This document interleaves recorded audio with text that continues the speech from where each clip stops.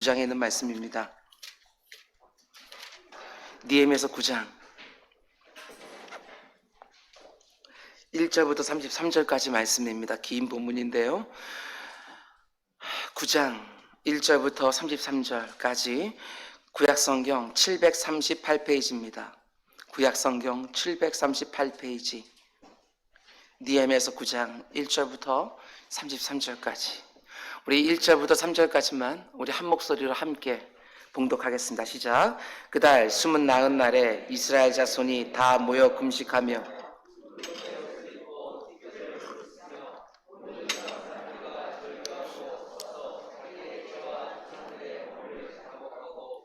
날은 낮 4분의 1은 그 제자리에 서서 그들의 하나님 여호와의 율법책을 낭독하고 낮 4분의 1은 죄를 자복하며 그들의 하나님 여호와께 경배하였는데. 아멘. 아멘. 오늘 7시 예배를 드릴 때에는 시간이 모자라서 뒷부분의 말씀 잘 못 전했습니다.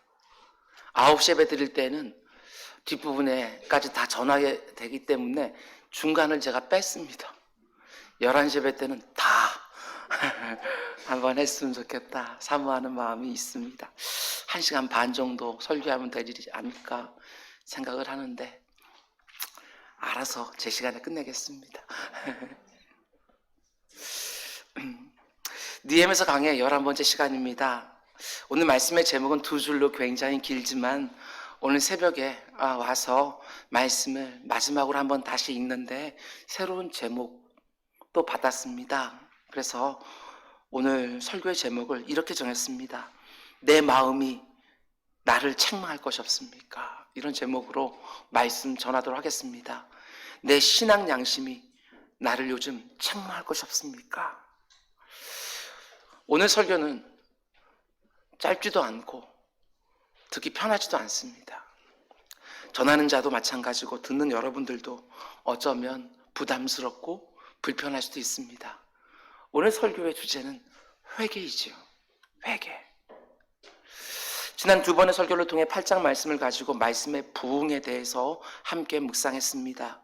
오늘 시간과 다음 시간에는 9장 말씀을 가지고 부흥이 오는 또 하나의 길인 진실한 회개에 대해서 함께 묵상하려고 합니다. 교회 역사를 보면 하나님의 교회와 성도들을 새롭게 하는 중요한 방법은 부흥이었습니다. 교회가 조금씩 쇠락해 가다가 성도들의 신앙이 조금씩 허물어지다가 다시 생명력을 회복하는 부흥이 교회의 역사 안에 늘 반복되었는데 그런 부흥이 있을 때마다 반드시 두 가지 요소가 있었습니다. 하나는 말씀의 흥왕이었고 또 하나는 진실한 회개였습니다. 말씀이 흥왕하면 틀림없습니다. 진실한 회개가 다시 따라올 수밖에 없는 것이지요. 하나님의 말씀을 몰라서 내가 죄 가운데 있는지도 모르고 있다가 하나님 말씀을 밝히 알기 시작한 만큼 내 모습이 벌거벗은듯이 더 드러나기 시작하면서 하나님이 이 부분도 너무나도 보기 힘드셨겠구나 하면서 그 부분에 대한 회개가 터져 나오는 것이지요. 말씀의 부흥과 그리고 우리 심령의 부흥 가운데 말씀의 흥왕이 있는 것이고 그리고 진실한 회개가 있습니다. 느헤미야서 말씀을 통해서 무너진 것들을 다시 세우라고 하는 하나님의 음성을 우리는 계속해서 듣고 있습니다. 무너진 성전을 다시 세우라는 말씀과 무너진 성벽을 다시 세워야 된다는 말씀, 그리고 지금 무너진 신앙을 다시 세우라는 말씀을 듣고 있는데 어떻게 무너진 신앙이 다시 세워질 수 있느냐? 다른 방법 없습니다. 말씀의 흥왕과 진실한 회개입니다. 물론 우리가 지난날 그리고 오늘의 나를 돌아보면서 죄를 자복하고 회개하고 돌이킨다는 것은 분명히 아픈 일입니다. 그러나 회개라는 문을 열고 들어가지 않으면 무너진 신앙을 다시 세울 수 없고 새로운 삶도 불가능할 것입니다. 그냥 지금 살고 있는 그 모습 그대로 계속해서 살겠지요. 진실한 회개가 있어야 바로 거기서부터 참된 변화가 있는 것이고 새로운 출발도 가능해지는 것입니다. 그런 면에서 지난날과 오늘 내게 있는 죄를 적당히 합리화하고 지나가는 것보다 어리석은 일은 없습니다. 내 안에 있는 죄가 발견되었으면 반드시 회개의 자리로 나아가야 되는 것이지요. 질문입니다. 혹시 회개할 것 없으십니까? 이 말씀 앞에서 내 신앙 양심이 나를 지금 책망하는 것은 없습니까? 오늘 본문 9장에 나오는 이스라엘 백성들의 회개하는 모습을 함께 묵상하면서 오늘 이 자리에 있는 나를 동일한 회개의 자리로 부르고 계시는 하나님의 음성을 꼭 듣고 흐트러지고 흔들리는 내 신앙을 다시 세우기 시작하는 우리 모두가 되기를 주님의 이름으로 축원을 드립니다. 지난 시간에 묵상한 8장 말씀과 오늘 이 시간에 묵상하려고 하는 9장 말씀은 다 이스라엘 백성들의 원력으로 7월 한 달 동안 일어난 일들입니다. 우리가 지난 두 번의 설교를 통해서 살펴본 것처럼 7월 1일 나팔절을 통해서 모든 이스라엘 백성들이 하나님의 말씀을 들으며 그 감격에 울었습니다. 그리고 7월 15일부터 22일까지 일주일 동안 초막절을 지켰고, 그리고 7월 23일 제8일째에는 거룩한 성회로 다시 모였습니다. 학사 에스라는 이 기간 동안 계속해서 여호와의 율법을 하나님의 말씀 백성들 앞에서 낭독했고, 그 하나님의 말씀이 모든 이스라엘 백성들 심령 속에서 흥황하기 시작을 했습니다. 그리고 그 다음 날인 7월 24일 오늘 보면 9장 말씀을 보게 되었으면 민족적인 회개 운동이 시작되어지는 것이지요. 이 모든 사건이 7월 한 달 동안 일어나는 것입니다. 본문 1절 말씀입니다. 그달 29날에 7월 24일에 이스라엘 자손이 다 모여 금식하며 굵은 베옷을 입고 티끌을 무릅쓰며 7월 24일 이스라엘 백성들이 한 자리에 다시 모였습니다. 그들은 다 금식하며 마치 장례식에 온 사람처럼 굵은 베옷을 다 입었습니다. 그런데 마치 자기가 죽은 자인 것처럼 머리에 먼지까지 뒤집어 썼습니다. 그리고 2절 말씀 보면 모든 이방 사람들과 절교하고 서서 자기 죄와 조상들의 허물을 자복하고, 자기의 죄를 자복했다는 것은 오늘 내 안에 있는 죄를 회개했다는 것이고, 조상들의 허물을 자복했다는 것은 조상들이 지은 죄, 지금까지 역사 가운데 자기 민족들이 저질러 온 죄를 회개하기 시작했다는 것입니다. 왜 자기들의 죄만 놓고 회개한 것이 아니라 조상들의 죄까지 놓고 회개를 하지요? 그게 다 연결되어 있기 때문에 그렇습니다. 조상들의 죄가 어느새인가 내 삶 가운데도 뿌리내리고 있는 것들이 한두 개가 아니기 때문에 그렇습니다. 조상들 때부터 계속 내려왔기 때문에 우리는 익숙해서 그것이 죄인지 알지 못하지만, 그러나 하나님 말씀을 분명히 알게 되었으면 나는 죄의식같이 못했던 것들이 조상 때부터 이어져 온 하나님이 가증스러운 죄라고 하는 것이 깨달아지기에 단지 내 죄만 놓고 회개하는 것이 아니라 내 조상들의 죄까지 놓고 함께 회개하는 것이지요. 우리는 아주 못된 경향이 있습니다. 언제나 여기서 선을 쫙 그어놓고 우리 시대에 죄는 회개한다 할지라도 그 이전 세대가 지었던 죄들은 나와 상관없는 것으로 생각하고 싶어 하지만 그렇지 않습니다. 그 모든 결과들이 이어져서 오늘 우리들의 죄 가운데 열매들이 되고 있기 때문에 그렇습니다. 오늘 그걸 보여주는 거예요. 그리고 3절 이날에 나 4분의 1은 그 제자리에 서서 그들의 하나님 여호와의 율법책을 낭독하고 나 4분의 1은 죄를 자복하며 그들의 하나님 여호와께 경배하는데, 그들은 낮에 4분의 1, 3시간 동안 하나님 말씀을 다시 들었습니다. 낮에 4분의 1 말씀을 들은 뒤에 또다시 3시간 동안 자기들의 죄와 조상들의 죄를 자백하며 하나님 앞에 회개한 것이지요. 앞에서 말씀드린 것처럼 부흥의 두 가지 요소가 다 있습니다. 말씀이 흥황하고 있고, 그리고 진실한 회개가 드려지고 있습니다. 7월 24일 날 이들이 보여준 모습이 오늘 우리에게도 보여진다면 얼마나 좋을까 생각했습니다. 이 땅의 모든 성도들이 낮 4분의 1, 3시간 동안 모두가 다 일어나서 하나님의 말씀을 듣고, 낮 4분의 1, 3시간 동안 모두가 다 하나님 앞에 나아가 자신의 죄와 민족의 죄를 끌어안고 하나님 앞에 통회하며 회개자로 나아갈 수만 있다고 한다면 하나님께서 이 땅 교회들에게 다시 부흥의 역사를 허락해 주지 않으실까? 이 땅 성도들에게 무너진 신앙을 다시 세워주지 않으실까? 느헤미야가 성벽을 다시 세운 다음에 7월 한 달 동안 말씀의 흥황과 진실한 회개 운동이 일어났습니다. 오늘이 11월 1일 이제 새로운 한 달이 우리에게 시작이 되어집니다. 그렇다고 한다면 오늘 이 말씀을 오늘 이 시간에 듣게 하는데도 하나님의 특별한 의미가 있지 않을까. 이스라엘 백성들 원력으로 7월 1일 나팔절에 그들이 하나님의 말씀을 듣고 감격하여 운 것처럼 우리 역시도 11월 1일 오늘 우리들의 아니 나의 나팔절로 삼아 하나님의 말씀 앞에 다시 한번 감격적으로 눈물을 흘리며 그 이후로 내 생애 가운데 속에 이 11월을 정말 특별한 달로 보내면 어떨까, 이런 사모함이 들었습니다.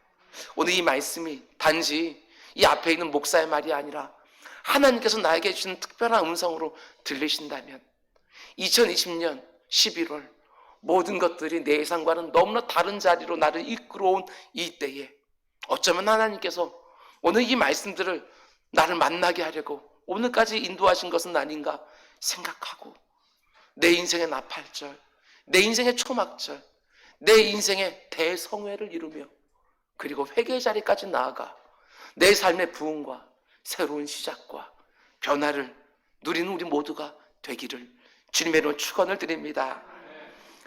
여러분, 오늘 본문을 보면 민족적으로 일어난 이 회개운동 가운데 중심에 섰던 사람들이 있었다는 거 저는 주목해서 묵상을 했습니다. 본문 4절과 5절 말씀 보면 누가 이 회개운동을 주도하고 있느냐? 레위 사람들입니다. 레위 사람들이 선봉에 서서 이 모든 영적 분위기를 이끌고 있습니다. 지난 시간에 묵상했던 것처럼 학사 에스라가 하나님의 말씀을 낭독할 때에 백성들 사이를 바쁘게 오가면서 그 말씀들을 풀어서 해석해서 깨닫게 했던 사람들이 바로 레위 사람들이었습니다. 그리고 오늘 이스라엘 백성들이 굵은 베옷을 입고 티끌을 뒤집어 쓰고 하는 앞에 회개하는데 레위 사람들이 또 선봉에 서고 있습니다. 너무나도 귀하시요. 먼저 4절 말씀 보면 레위 사람들 8명의 이름이 나옵니다.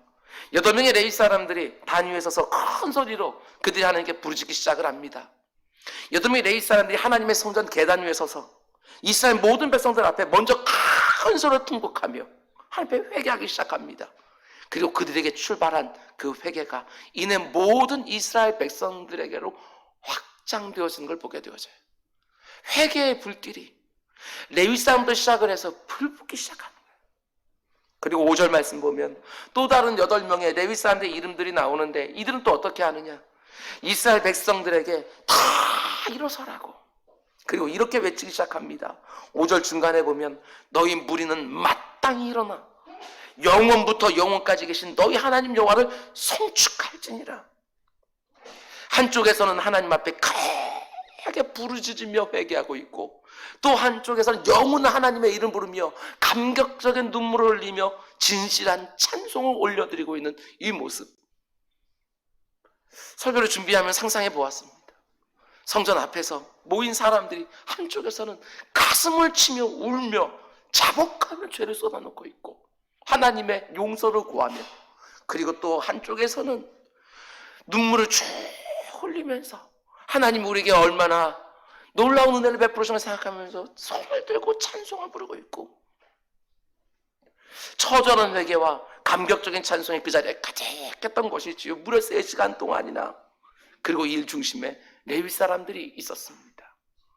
그냥 막연하게 부흥 원한다고, 새로운 출발이 한국교회에 있어야 된다고 말만 하는 것들이 아니라 내가 이 레위 사람 쓰임받고 싶습니다 하는 사람들이 나와야 일들이 벌어질 텐데 너무너무 막연합니다.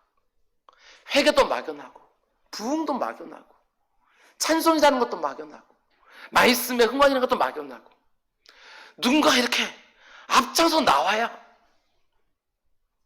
이런 영적 분위기를 만들어야 부흥의 마중물, 부흥의 불쏘시 같은 사람, 좀 쓰임받고 싶은 이 사모하는 사람들이 좀 나와야 하나님 너무 답답해서 누가 우리를 위하여 갈고 손을 높이 들며 저를 보냈어. 내가 여기 있나이다. 하나님 그 이사야를 기뻐하시고 그를 쓰시거든요. 하나님 너무너무 부족하지만 오늘 본문 그냥 보는 것이 아니라 이 레위 사람들 바라보면서 하나님 너무너무 부족하지만 저도 이 16명 가운데 한 사람 쓰임받을 수는 없습니까? 이럴 때 막연한 부흥이 아니라 우리에게 느껴지는 부흥이 되는 거 아니겠는가 라는 것이지요. 다른 사람들의 눈에 있는 티끌 하나하나를 가리키면서 회개하라고 지적질하는 사람만 가득하면 무슨 부흥이 일어나겠습니까? 내 눈에 들보를 먼저 보면서 먼저 통회하며 자복하는 사람들, 이런 사람들이 부흥을 이끄는 것이죠. 왜 하나님 높이지 않냐고, 왜 그따위로 사냐고 정죄하는 사람이 가득한 곳에 무슨 부흥이 일어나겠습니까? 먼저 하나님을 입으로 찬양할 뿐만 아니라 그 삶 속에서도 하나님을 영화롭게 하는 찬송 같은 삶을 먼저 살기 시작하는 사람들, 이런 영적 레위 사람들이 반드시 교회 안에 출연할 때 한국교회가 새로워지는 거 아니겠어요? 교회 안에만 이런 사람들이 필요한 것이 아니라 반드시 성도의 가정 안에서도 이런 영적 레위인들의 역할을 하는 사람들이 반드시 서야 됩니다. 특히 누가 이 일들을 해야 되느냐? 우리 믿음의 선배들이 많이 말씀해 주었습니다. 아버지가 그 가정의 제사장이다. 아버지가 그 가정의 제사장이다. 정말 많이 들었습니다. 성경에 나오는 것처럼 족장시대 때부터 아버지들에 따라서 그 가정의 영적 분위기가 달라졌던 것처럼 아버지가 그 가정의 제사장이다. 그러면 적어도 그 아버지가 가정의 영적 분위기는 주도하고 있어야지요.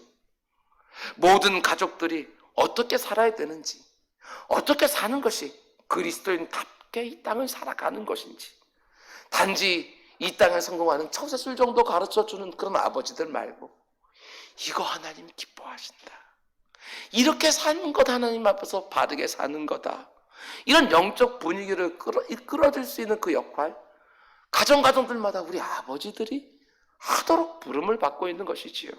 그런데 안타까운 게 뭐냐? 많은 가정들을 보면 아버지들이 그 역할을 제대로 하지 못한다는 사실입니다. 다른 면에서는 아버지들이 모든 것들을 너무너무 성실하게, 눈물겹게 성실하게 삽니다. 사랑하는 아내, 사랑하는 자녀들 그냥 조금이라도 더 도움 주려고 아버지들 아등거리며 최선 다하는 거, 다 알죠. 한국의 땅에 살아가는 아버지들 대부분 다 그렇죠. 그런데 정말 중요한 영적인 분위기를 세우고 신앙생활에 그 든든한 배경이 되어주는 그 역할들은 아버지들이 잘 못합니다. 늘 뒤처지지요.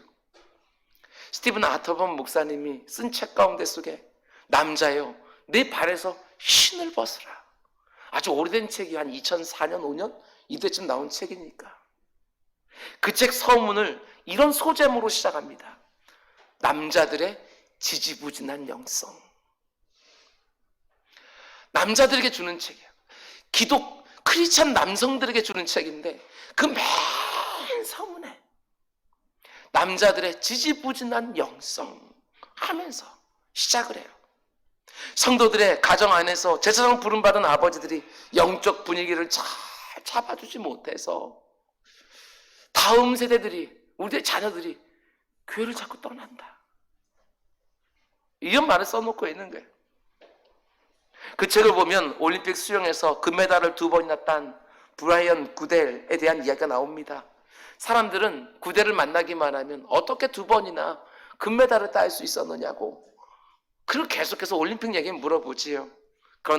그러면 브라이언 구델은요, 자기가 얼마나 혹독한 연습을 했는지, 물속에서 얼마나 많은 시간들을 보냈는지 얘기해 주는데 언제나 빠뜨리지 않고 해주는 이야기가 있었다고 합니다. 그것은 수영 경기장에 쳐 있는 레인, 구획해서 8개 레인으로 쫙 났는데 그것을 가로막은 그 레인, 그 줄, 그 선, 그 얘기를 빼놓지 않는다고 합니다. 아무리 뛰어난 선수도, 아무리 능력 있는 선수도 레인이 쳐있지 않은 일반 수영장에서 수영대회를 하면 제 능력을 발휘할 수가 없다고 말합니다. 당연하지 않습니까? 레인이 쳐있지 않으면 똑바로 갈 수도 없습니다. 레인이 쳐있지 않으면 누구하고 부딪힐지도 모릅니다. 서로 엉킬 수도 있고 의도치 않게 다른 사람의 진로를 방해할 수도 있는 것입니다. 수영 선수들이 훈련을 아무리 열심히 해도, 근육을 아무리 열심히 키워도, 수영 기법을 아무리 개발해도 레인이 쳐있지 않은 경기장에는 절대로 좋은 성적을 낼 수가 없다고 말하는 것이지요. 그런데 레인만 잘 쳐놓아도 그 안에서 각 선수들이 자기가 지금까지 갈고 닦았던 모든 영향력을 최대한 발휘할 수 있다고 말하는 것이지요. 우리 아버지들이 가정에 이 영적인 레인을 잘 쳐주는 역할을 반드시 감당하셔야 됩니다. 내 사랑하는 자녀들이, 그리고 우리 가정이 어디는 길로 가야 되는지 이걸 누가 쳐주냐고요? 각자 도생하는 것입니까? 아버지들이 이걸 해야 되는 책임이 있는 것이죠. 어떻게 사는 것이 진정 하나님이 기뻐하는 모습인지 그 가정들마다 아버지를 재상 역할을 하면서 그 레인을 쳐주는 거예요. 그리고 그 독려하면서 사랑하는 자녀들이 거기서 방황하지 않냐고 똑바로 갈 수 있도록, 서로 엉키지 않도록. 교회 안에서도 이 레인을 쳐줄 수 있는 사람들이 반드시 필요합니다. 회개운동의 시발점이 되고 있는 8명의 레인 사람들과 하나님을 지극히 높이며 찬양을 드리고 독려하고 있는 8명의 레인 사람들 같은 사람들이 교회마다 반드시 있어야 됩니다. 저 같은 담임 목사는 말할 것도 없고, 우리 교육자들은 너무너무 당연하게 그 일 감당해야 되는 것이고, 하나님이 이 귀한 교회에 세워진 중직자분들, 장로님들과 권사들과 안수집사들과 여집사들과 교회 안에 이 레인을 반드시 쳐줘야 되는 것이죠. 구역장님들이 구역안 레인을 쳐줘야 되는 것이고, 우리 부장님들이 자기가 섬기는 교육부서마다 레인을 잘 쳐줘야 되는 것입니다. 이 귀한 교회 안에 있는 모든 교우들이 서로 부딪히지 않도록, 사역하다 서로 엉키지 않도록, 나도 모르는 사이에 다른 사람의 신앙생활과 교회생활의 진로를 방해하지 않도록 영적인 분위기를 잘 잡아줘야지요. 입으로 하는 게 아닙니다. 먼저 솔선하여, 먼저 회개하여, 먼저 찬송을 드리며, 본문에 나오는 16명의 레위 사람들처럼 내 안에 먼저 시작된 부흥의 불을 누군가에게 또 붙여줄 수 있는 그 일 가운데 속에 쓰임받는 영적인 레위인들이 교회 안에서도 가정 안에서도 세워지게 되기를 주님으로 축원을 드립니다. 그럼 이제 세 번째로, 이 부분이 오늘 본문의 핵심입니다. 이어지는 구절들을 보면 이 레위 사람들이 또 뭘 하느냐, 이스라엘의 역사를 백성들에게 쭉 돌아보게 하는 일을 하는 것을 보게 되었습니다. 특별히 죄와 은혜라고 하는 관점에서 이스라엘 역사를 총 7시대로 구분해서 설명해 줍니다. 죄의 역사가 쫙 흐르고 있고, 그에 상하는 하나님의 은혜 역사가 쫙 도도하게 흐르고 있는 것, 그것들이 어떻게 서로 겹치면서 가는지 이스라엘 모든 역사를 7개의 시대로 구분해서 설명해 주는 거예요. 그런데 왜 이렇게 하느냐? 이미 이스라엘 백성들이 학사 에스라가 낭독하는 말씀을 듣고 진실한 회개를 하기는 시작했지만 그 회개가 단지 감정적인 참회가 되지 않도록 본질적인 참회가 되게 하기 위해서 이렇게 설명해 주는 것이지요. 이스라엘 역사를 쭉 개관해 주면서 도대체 어떤 죄들을 조상들과 자기들이 하나님 앞에 지어왔는지 아주 구체적으로 죄를 들추어내는 거예요. 이스라엘 백성들이 각 시대마다 어떤 죄를 지었는지 정확하게 밝혀주면서 반드시 회개되는 죄들이 무엇인지를 정확하게 보여주는 거예요. 이 부분이 너무너무 중요한 부분이에요. 회개를 해야 되는 것은 너무너무 중요한 것들이지만 제대로 해야죠. 제대로. 나 회개했소가 아니라 제대로 회개해야죠. 막연한 회개가 아닙니다. 구체적인 회개가 필요한 거예요. 단지 내가 생각하는 죄가 아니라 하나님이 지적하는 그 죄를 회개해야지. 회개할 때 무엇을 놓고 회개해야 되는지, 뭐가 진짜 죄인지, 레위 사람들이 그걸 이스라엘 역사를 7개 시대로 구분해서 보여주는 거예요. 한번 생각해 보셔요. 나는 주로 어떤 죄들을 놓고 회개하는지 한번 생각해 보시라고요. 부부싸움 하면서 말 심하게 한 거? 아이들한테 화낸 거? 여러분, 이런 것들입니까? 신앙생활 하면서 내가 가장 생각하는 죄가 무엇인지, 회개에 관련된 본문을 대할 때마다 가장 먼저 생각나는 죄가 무엇인지 가만 보면 내가 죄라고 생각하고 오늘 이 시간에도 내가 반드시 회개하고 돌이켜야 되고 고쳐야 된다고 생각하는 죄라는 것이 그저 윤리적이고 도덕적인 수준에 머물러 있지는 않은지, 하나님 모르는 사람도 얼마든지 이렇게 살아야지, 이렇게 살면 안 돼, 이 정도 수준에 그리스도인이라고 하는 내가 고작 그 정도 수준 가지고 죄의 개념을 생각하라고, 회개의 기준을 산다고 한다면 이거 부끄러운 일이지요. 정말 심각한 죄를 짓고 있음에도 불구하고 그건 잘 보지도 못하고, 단지 내가 이런저런 것들은 안 하고 있고 이런저런 것들은 하고 있어서 마치 문제가 없는 것처럼, 오늘 말씀을 들려도 마음 가운데 속에 내 마음이 나를 책망하는 것을 하나도 느끼지 못하는, 이런저런 모든 나의 못하고 있는 것들은 합리화를 다 시켜놔서 부득이하여 어쩔 수 없어서 그 다음에 당신이란 내 자리에 있다 할지라도 이런 여러 가지 말들을 만들어서 내 신앙 양심이 책망할 것조차도 들리지 않는, 혹시 이런 부분이 있냐는 거예요. 예수님 당시도 그랬어요. 예수님 당시에 바리새인을 비롯한 수많은 종교 지도자들이요, 수없이 많은 율법들을 만들어 놓고 사람들을 옥죄했거든요. 그거 죄야, 이것도 죄야 소리 지르면서. 우리 주님이 기가 막히죠. 야, 네 속 중심은 완전히 죄악 덩어리구나. 어떻게 너는 겉모습에다가 백색 가루만 쫙 칠해놓고 회칠한 무덤처럼 네 안에는 시체 썩은 냄새 나잖아. 이거 안 했다고, 저거 했다고, 너 죄 없냐? 죄인을 부르러 왔지 내가 의인 부르러 왔는 줄 아냐? 우리 주님 계속 그들을 책망하셨어요. 그들이 가장 심각하게 생각했던 죄가 뭐예요? 예수님을 늘 공격했던 죄가 뭐죠? 안식일죄예요. 안식일에 왜 하지 말라는 건 했냐고 예수님 계속해서 공격하죠.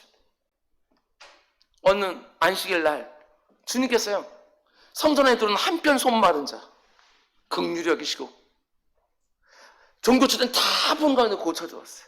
종교주는 난리 났지요. 아니, 어떻게 안식일 날 병든 사람 고쳐줄 수 있냐고, 당신이 이랬다고, 이거 하나님이 금한 거라고. 사실은 그거 하나님 금해놓은 거 아니고 자기네들이 안식일을 거룩하게 지키라는 것들 가지고서 자기네들이 다 만든 거거든요. 그거 안식일 날은 이거 하지 말고 저거 하지 말고 이거 해야 되고 저거 해야 되고. 우리 주님이요, 호되게 책망을 하십니다. 야, 너희들 안식일 날 네가 키우는 양 한 마리 구덩이에 빠지면 그거는 건져도 된다며. 근데 네 이웃이 빠져가 죽어가고 있는데 그건 건져주면 안 돼? 그건 안식일 죄를 갖다 저지른 거야? 주님이 기가 막혀가지고, 하나님 아버지가 그렇게 하라고 그랬냐? 기가 막힌 거야. 하나님 아버지가 그 기준 잡아준 게 아니고 지네들이 잡아놓은 기준이에요. 그거 가지고 사람들을 정죄하고 나는 문제없는 것처럼 의롭다고 얘기를 하고, 기가 막 피눈물 나겠죠. 우리 주님 보면서 하나님이 너희들에게 주신 그 율법을 그따위로 만들어 놓고, 그렇게 어린애같이 유치하게 만들어 놓고 그거 걸렸다고 안식일을 범했다고? 우리 주님 너무너무 화가 나신 거예요. 산상수로 말씀하시면서 야, 너희들이 이전부터 옛적부터 이렇게 하지 마라 저렇게 하지 마라, 살인하지 마라, 간음하지 마라, 도둑질하지 마라, 이런 거 다 들어왔지만 내가 너희들에게 다시 이르노니 하면서 그 안에 담겨져 있는 하나님 아버지의 마음을 이렇게 풀어주시죠. 왜? 기가 막혀서. 그들이 하고 있는 짓들이 기가 막혀서. 오늘날도 마찬가지입니다. 가만 보면 죄에 대한 개념 자체를 잘못 세워놓아서 엉뚱한 사람들을 잡는 것들 굉장히 많이 봅니다. 문제들을 많이 생기는 것들 많이 보게 되어집니다. 오늘날 사람들이 말하는, 아니 우리 성도들, 교회가 말하는 성도들이 짓는 죄들 가운데 속에 가장 큰 죄가 뭐지요? 가장 큰 죄. 누가 신앙생활을 잘하는 것이고 누가 신앙생활을 잘 못하는 사람인지 그 기준이 뭐냐는 거예요. 그리고 그 기준은 또 누가 정하냐는 거예요. 목사가 죄 하나도 안 짓겠습니까? 드러나는 죄 안 드러나는 죄 수도 없이 죄를 짓는데, 여러분들이 생각할 때 이런 죄만큼 목사가 하지면 안 돼, 여기까지는 괜찮고, 그 기준 누가 세웠어요? 그 기준 누가 세웠어? 다 똑같은 죄지. 내가 잘 지키고 있으면 그건 죄라고 정죄하고, 내가 잘 못 지키고 있는 것 있으면 어떻게 해? 말씀을 문자적으로 지키냐고. 그렇게 너그럽고. 제가 너무나 존경하는 신약학 박사인 김세윤 교수님이요, 한국교회를 보면 탄식하면서 이런 글을 써놨어요. 오늘날의 교회가 이렇게 미성숙하고 세상 사람들에게 손가락질과 조롱을 받는 가장 큰 이유가 뭐냐? 한국교회 성도들 죄에 대한 기준이 너무 낮다. 너무 낮다. 죄에 대한 기준이 너무 낮다. 술, 담배에 대해서는 극도로 민감한 경계심을 보이면서도 하나님이 극히 책망하시는 교만함에 대해서는 그만큼 심각하게 생각하지 않는구나. 이웃을 험담하고서도 부끄러워하지도 않고, 그렇게 비방하고 있으면서도 두려워하지도 않고, 그 삶 속에서 드러나는 탐욕은 어떻게 알고, 그 삶 속에 그 뼛속까지 자기 중심성으로 꽉 차는 그 이기심은 도대체 어떻게 하고, 부주의하게 사람들 마음 아프게 해놓고서도 그것은 얼마든지 그냥 넘어갈 수 있는 것처럼, 바로 그런 모습을 하나님 모르는 세상 사람들이 우습게 보는 거예요. 우리를 보면서 교회 다니는 사람과 교회 안 다니는 나와 비교해 보니까 술, 담배 안 하는 거하고 주일날 교회 가는 거하고 그거밖에 안 차이가 나는 거예요. 똑같이 욕심 부리고, 똑같이 양보하지 못하고, 똑같이 손해보지 않으려고 하고, 어떻게든지 더 많은 걸 가지려고 하고, 그러면서도 늘 자기들이 더 나은 것처럼, 더 의롭고 경건한 것처럼, 세상 사람들이 그런 우리를 보면서 조롱을 하는 거예요. 너희들이 우리보다 나은 게 뭔데? 어쩌다 이렇게 되었습니까? 우리 기준이 너무 낮아요. 기준이 너무 낮은 거예요. 낮은 거예요, 이게. 저희에 대한 기준이 달라져야 됩니다. 하나님이 무엇을 정말 심각하게 생각하는지 말씀을 통해서, 내 기준 말고 말씀을 통해서 생각해야죠. 내가 심각하게 생각하는 죄 말고 하나님이 정말 심각하게 생각하는 죄가 뭔지 그걸 알아야지. 죄에 대한 바른 기준 갖는 것도 중요하지만 죄에 대한 높은 기준도 가지고 있어야 돼.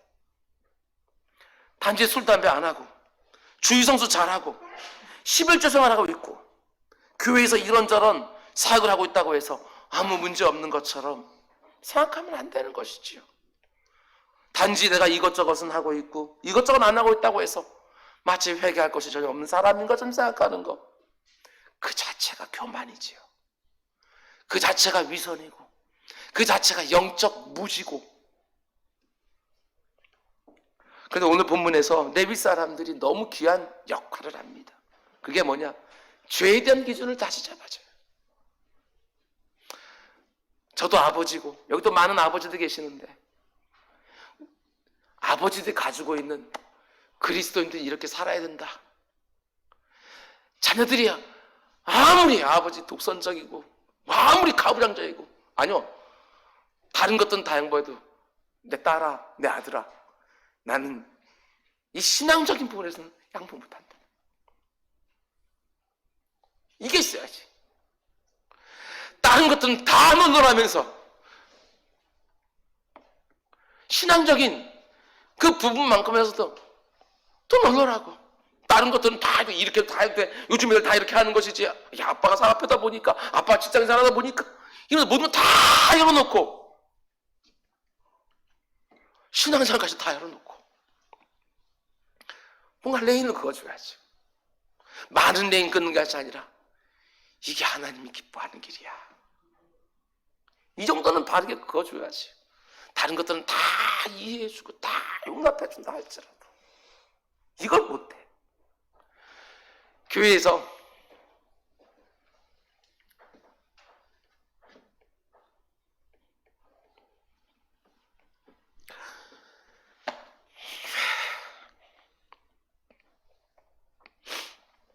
담임 목사가 인기 좋고 나쁘고 불중요하게 보이세요. 줄 잘 그으면 되지.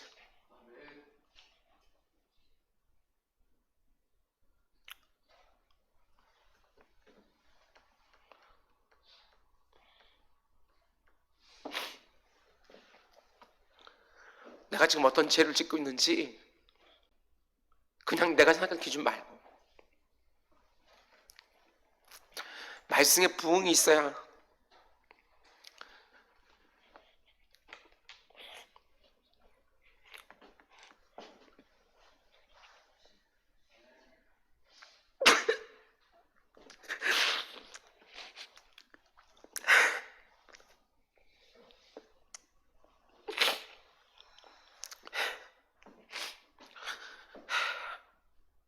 마음이 상해요.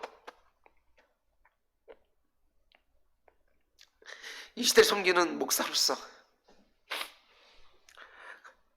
하나님의 강단이 가벼워지는 게 속이 상해요.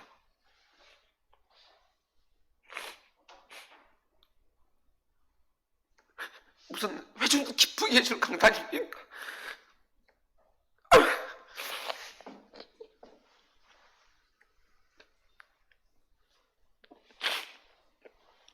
다 죄인들인데 죄인들 기쁘게 해주는 강단이 무슨 소용이 있어요? 다 때려쳐야지.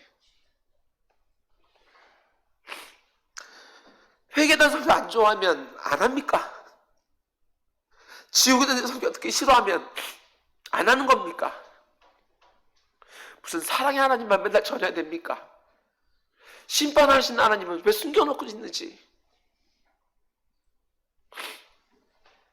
하나님은 얼마나 신랄하게 무섭게 심판하시는지 그걸 알아야 죄를 안 지을 텐데 하나님도 가볍게 생각하고 말씀 옆에 자기를 제대로 벗겨놓고 세워놓지 못하니까 다 이래도 되는 줄 알고 저래도 되는 줄 알고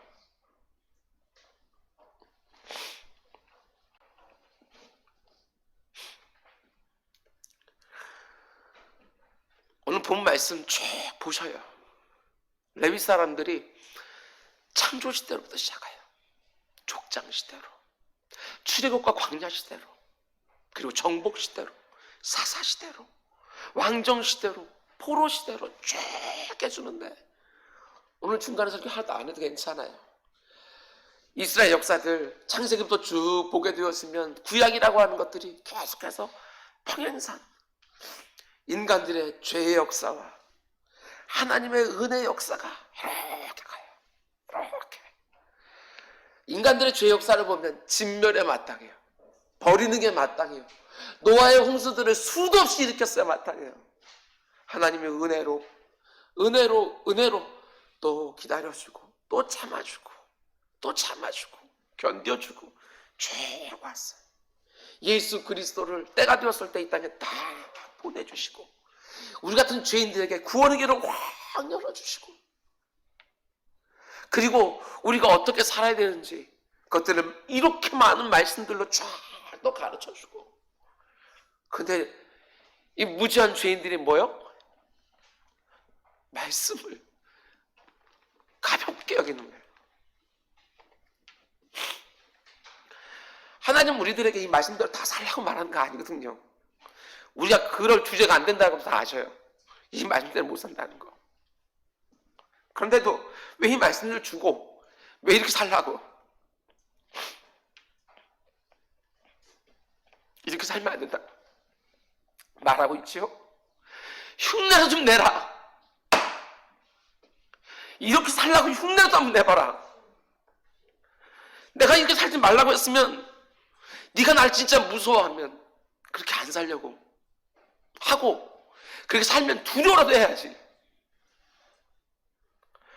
네 힘으로 그렇게 못 살 것 같으면 와서 기도라도 해야지. 힘 달라고 지혜 달라고.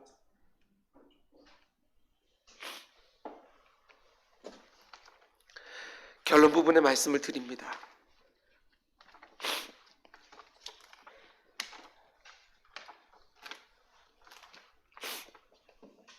우리 요한일서 3장 21절 이하의 말씀입니다. 하나님께 자신의 말씀에 대해서 이렇게 일목요연하게 말씀해 주십니다. 먼저 21절, 22절 말씀 보면 사랑하는 자들아 만일 우리 마음이 우리를 책망할 것이 없으면 하나님 앞에서 담대함을 얻고 무엇인지 구하는 바를 그에게서 만나니 하나님은 이렇게 약속해 주셨어요. 구하라, 찾으라, 두드리라. 그러면 얻을 것이다, 찾을 것이다, 열릴 것이다. 오늘 보면 뭐라고 해요? 무엇인지 구하는 바를 내가 너에게 주리라. 약속이에요. 근데 전제가 있어요. 그 전제가 무엇입니까? 만일 우리 마음이 우리를 책망할 것이 없으면, 내 마음이 나를 책망할 것이 없으면, 저는 이게 하나님이 너를 보고 책망할 것이 없으면 기도 응답해 줄 거다, 이렇게 말씀 안 하셨다는 게 얼마나 감사한지 모르겠어요. 하나님이 내 중심까지 다 둘쳐보시면 여기저기 더럽고 추한 것들이 막 쏟아질 텐데, 내 마음이, 내 신앙 양심이 나를 책망할 것이 없으면 어떻게 해요? 마음이 담대해진대요. 그리고 하나님께 구할 수 있게 되어진대요. 그럼 하나님 응답해 주신대요. 물론 우리가 신앙 양심에 책망을 받지 않을 만큼 거룩하고 깨끗하고 선결하게 살 수 없어요. 그러나 적어도 책망할 것이 양심에, 신앙 양심에 가책받지 않고 싶어하는 마음 정도는 가지고 있어야 되는데, 우리 주님 말씀하신 것처럼 마치 신앙 양심이 맨 처음에는 둔해지다가 마치 화인 맞아 다 터버린 것처럼, 그 정도만 돼도, 내 신앙 양심에 거리낌이 없는 정도만 살고 싶은 그 정도 마음만 있어도 하나님 앞에 나와서 담대하게 구할 수 있다는 거예요.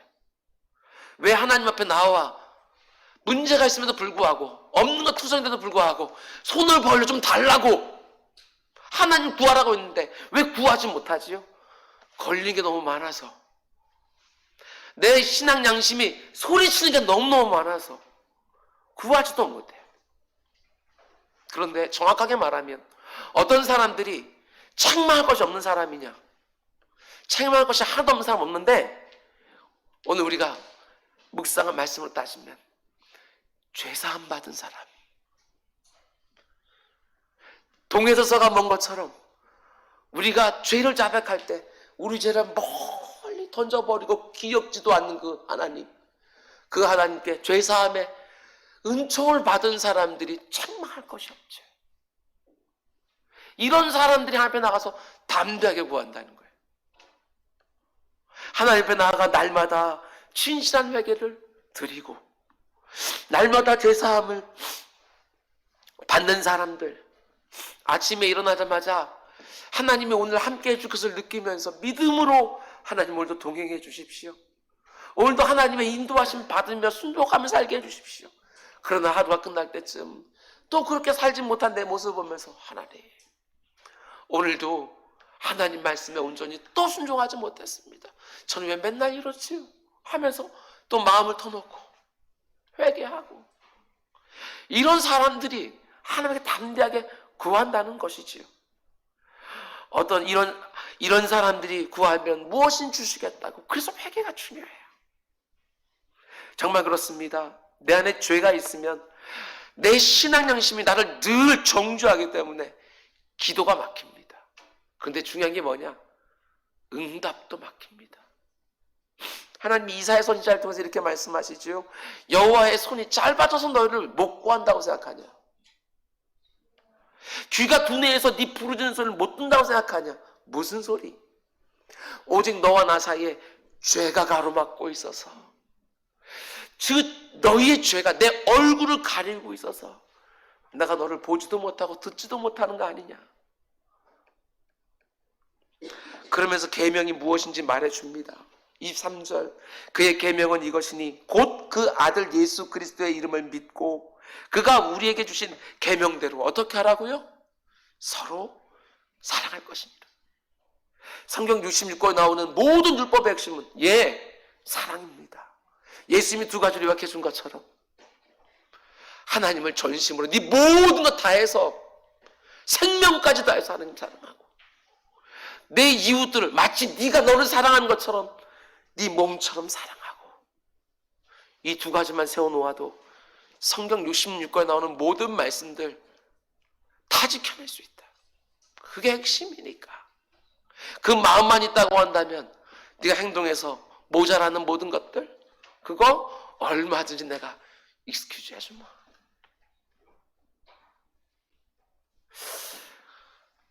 다시 묻습니다. 술, 담배 해도 좋다는 얘기가 아니에요. 오해하지 마셔요. 술, 담배 하는 게 더 악한 죄입니까? 아니면 내 옆에서 같이 신앙생활하는 그 교회 용서 못하는 게 더 악한 죄입니까?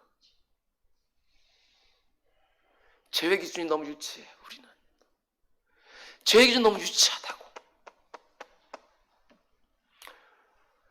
하나님께서 인구의 절반 되는 그 많은 여자 중에서 한 사람 나 허락해 주었는데 내가 그 한 여인 하나 행복하게 마음 편하게 원하는 거 행복하게 못 해주고 있으면